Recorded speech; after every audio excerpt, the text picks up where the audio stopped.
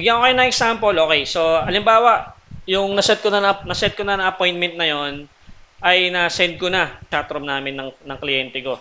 So, nag-set na ako ng appointments, okay. So ang gagawin ng kliyente ko, tatawagan niya yung tao na kinausap ko, okay. Tapos i-verify niya yung napag-usapan namin, yung recording, tapos magkikita sila.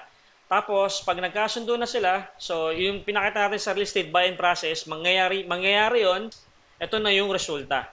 Kung ano naman yung sinasabi ng mga nakausap natin doon sa proseso ng buy and selling of properties. So ito, I'm actually working for an investor, okay? So kanina napag-usapan natin, ano naman yung experience ng mga lead na generate natin sa kliyente, okay? So these testimonials, okay? Okay. So, clarify ko lang, no? So, halimbawa, yung babae na to, natawagan ko. Okay? So, naset ko yung appointment. So, ang gagawin ng kliyente ko na si Ian, mag-uusap sila. Okay? Pupunta si Ian sa property, tapos, doon ang mangyayari buy and sell process. Pag natapos na yon, ito yung experience nung nakausap ko na naging kliyente ko. Maliwanag doon, guys? Hindi ba nakalito? Okay. Hi, Pakinggan natin. Ian here. I'm here with Christina. Yeah, we just bought the house behind us from her family. It's Lagyan natin ang caption. So how would you say the whole process? How do you guys feel about my service? So yeah, it's been great. It's been great working with Ian. This house has been in our family for many years, and so we wanted to make sure that someone took care of it and was buying it that would really kind of take care of it as it was their own.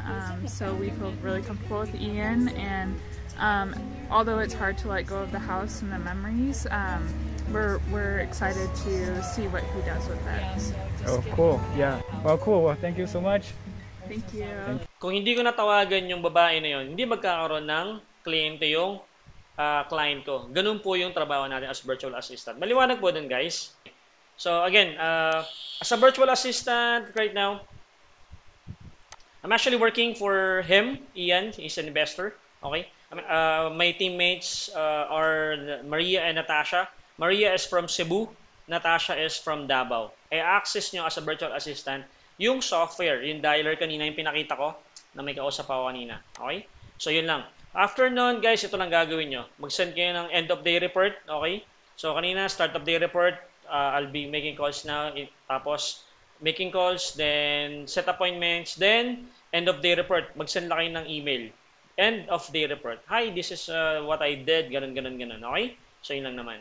So, minsan may appointment, minsan wala. Pero okay lang yan. The most important thing is the productivity and the trust. Okay? Yun lang. So, example nito, ayun. So, yun. Appointment. Ito yung naset ko na appointment. Okay? Yun lang. So, tapos, after nun, hi, naset ko na sa email ng report ko, hi, end of day report sent. Enjoy the rest of the weekend. Sasabihin lang ng client ko, thumbs up. Bakit? Sobrang busy ng mga yan.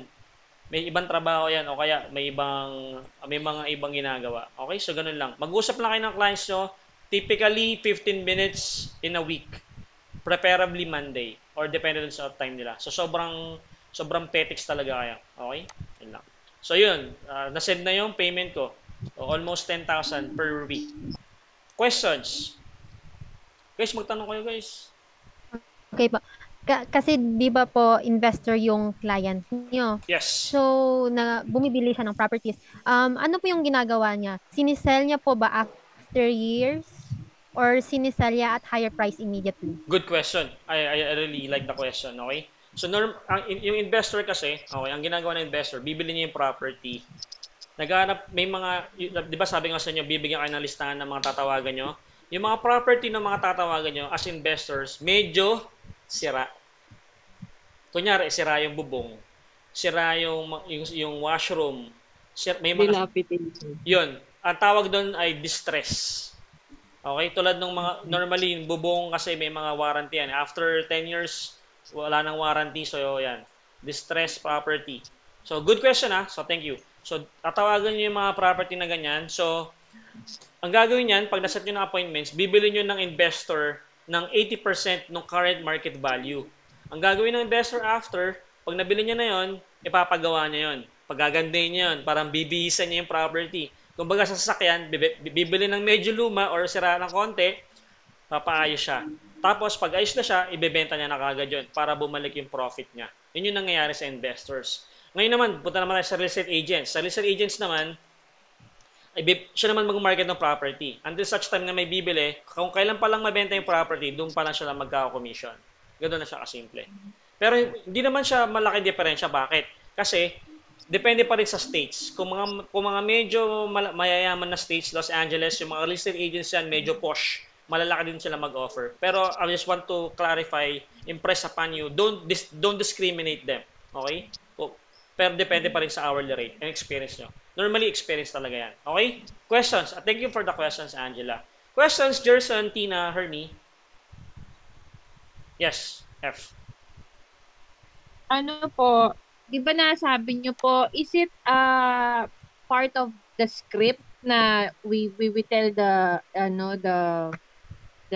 buyers, the sellers na 80, we will buy 80% of your part ba ng script yun? Hindi sinasabi yun. Hindi sinasabi yun. Kasi, ano yun, parang trade secret yun ng mga investor. Walang nakalagay sa script nun.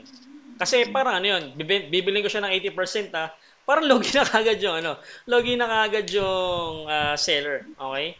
Parang i-convince lang nila na, bibili na namin yan kasi medyo, papayos pa namin yan. Pero actually, huwag kayong masyadong malito. Ang gagawin lang natin, magbabasa lang ng script, depende na sa mga sagot, tanong niya. Pero normally dyan, pag investor, motivation. Pero, explain natin yan as we move forward. Pero normally dyan, dalawa lang gusto kong sabihin ng importante. Interesado at motivation. Okay? Kasi pag interesado lang, yes, nagbebenta ko ng bahay. Magkano nyo ba bibilin? Pag walang dahilan, pera lang, hindi siya motivated. Walang motivation. Tama? Ganun siya. Okay? Oh. Kailangan may reason behind. Ba't mo siya ba ibebenta? Gusto ko kasi kumita ng pera eh. Ibebenta ko lang yung property ko pag medyo 120% ng property. Pero hindi naman sasabihin ng kausap niyo. Pero guys, wag kayong malito. Hindi siya challenge. Magbabasa lang talaga kayo ng script. Okay?